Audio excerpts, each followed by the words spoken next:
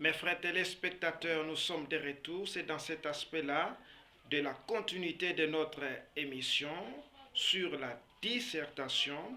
Ici, devant vous, c'est la sympathique voix de Jean Kondon Kabou. Jean Kondon Kabou, c'est un écrivain, un chercheur en sciences et aussi en littérature. Il est devant vous, c'est pour vous relancer avec des petites vidéos sur la science et aussi sur la littérature. Devant vous aujourd'hui, c'est dans cet aspect-là continuel de la dissertation. Nous avions la fois dernière parlé du processus de composition littéraire. Processus de composition littéraire, c'est une partie mère qui a aussi les sous-parties. Nous avions euh, la compréhension du sujet, l'invention, la recherche des idées, la disposition des idées au plan et enfin la rédaction proprement dite.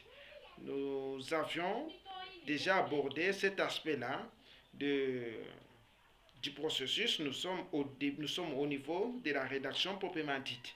Rédaction proprement dite, c'est une partie nécessaire qui a aussi le sous-parti. Nous avons introduction, développement ainsi que la conclusion. Euh, Introduction, c'est une partie capitale qui mérite vraiment du travail, du respect.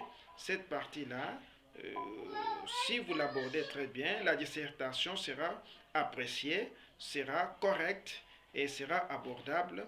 Et l'introduction a aussi les sous-parties qui sont la matière que nous avons avec des preuves détaillées la fois dernière rappelé, délimitation du sujet dans le temps et dans l'espace. Nous avons la définition du domaine, nous avons la reformulation, la problématique et enfin la phrase charnière. Une phrase charnière. Et aujourd'hui, dans cette même idée, dans cette conception, nous allons parler du développement. Le développement, c'est une partie centrale, c'est dans le développement que le dissertateur va aborder le sujet dans son aspect central, dans son aspect profond. Et le développement mérite vraiment euh, la division de paragraphes et il ne doit pas être abordé ou placé sous forme d'un tableau, mais il faut aborder, il faut les diviser en paragraphes.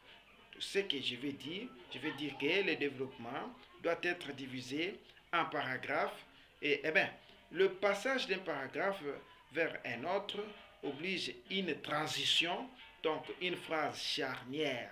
Donc, un mot charnier, un mot de passe, une transition, c'est une ligature grammaticale, une structure grammaticale. Elles sont nombreuses.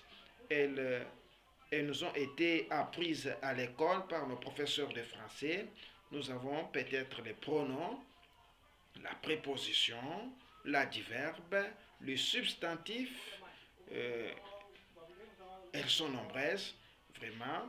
Vous allez les placer et ça doit vous servir à diviser le développement en paragraphes. Euh, les paragraphes, c'est quoi? Les paragraphes, nous les définissons comme une unité textuelle ayant une idée unique et principale. Et donc, dans chaque paragraphe, nous devons avoir une idée unique et principale. L'idée du paragraphe doit être soutenue, renforcée par des exemples et aussi par des citations. Vraiment, nous allons aborder d'abord les exemples. Pourquoi les exemples dans la dissertation? Les exemples, c'est pour renforcer, pour soutenir la conception, l'idée abordée ou avancée dans la dissertation. Il y a aussi des formules pour aborder des exemples. Les formules sont ci-après. C'est les KD. Tel est les KD. À titre illustratif, par exemple, ce sont des formules-là qui vont nous servir, qui vont nous aider à aborder, à soutenir notre idée dans la dissertation. Vous dites par exemple, c'est le cas de Michael Jackson, à titre illustratif, nous citons les cas de Michael Jackson, par exemple, nous citons les cas de Marc. Donc, il y a beaucoup de formules là, il y a beaucoup de formules nous données par les concepteurs, les législateurs de la dissertation. Eh bien, la citation, c'est quoi? La citation, c'est une pensée d'autrui, une pensée étrangère sur laquelle vous ne pouvez pas modifier ou ajouter quelque chose. Et la citation mérite d'être placée entre les guillemets. Vous placez la citation entre guillemets pour justifier que c'est une pensée d'autrui, cette pensée ne m'appartient pas, je dois vraiment la placer entre les guillemets. Il y a aussi des formules pour introduire, pour aborder une citation. Les formules sont ci-après. Il y a nécessairement les verbes dits, les verbes qui sont abordés, qui sont obligés pour aborder une citation. Les verbes sont ci-après. Les verbes dire, les verbes aborder, les verbes déclarer, les verbes affirmer, les verbes prouver, les verbes approuver, les verbes démontrer. Ce sont des verbes-là, nous donnés par le législateur. Ce sont des verbes qui nous aident à soutenir, à créer une citation. Comment placer une citation? Comment l'aborder dans la dissertation? La citation peut être placée au début, à l'intérieur et enfin, à la fin,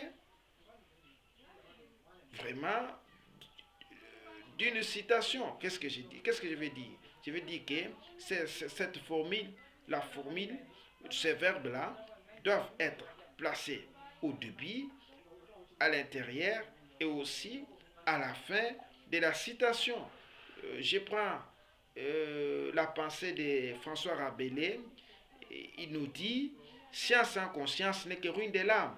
Science sans conscience, c'est une pensée de François Rabelais. Si vous voulez, dans ce cadre-là, de renforcement, de soutien à votre idée, vous dites François Rabelais a déclaré, vous mettez deux points, vous ouvrez les guillemets, science sans conscience n'est que ruine de l'âme. Vous fermez aussi les guillemets.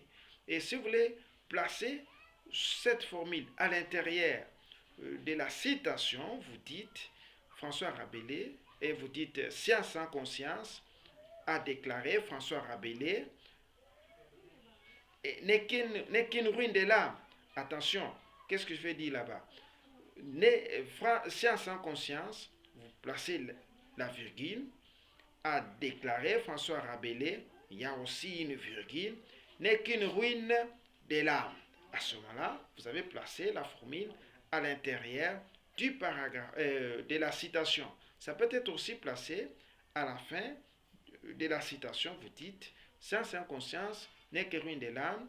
Vous placez une virgule, vous dites, a dit François Rabelais.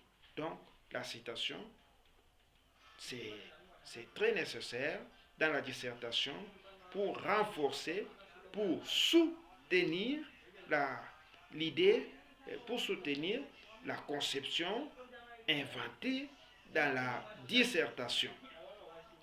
Les erreurs que vous devez éviter dans le développement, c'est quoi?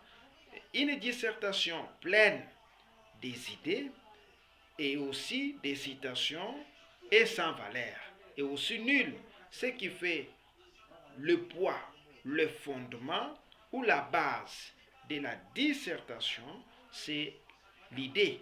L'idée reste une pièce maîtresse, l'idée reste un point focal de la dissertation, mais elle ne doit pas bien sûr présenter seule, elle doit être soutenue par des exemples et aussi des citations. Aujourd'hui, nous avons terminé avec notre émission, notre séminaire. On a parlé du développement. Vous comprenez ce que vous devez placer, ce que vous devez dire dans les développements. Et nous avons terminé pour aujourd'hui. Devant vous, c'était la sympathique voix de votre serviteur, Jean Condor Macabou.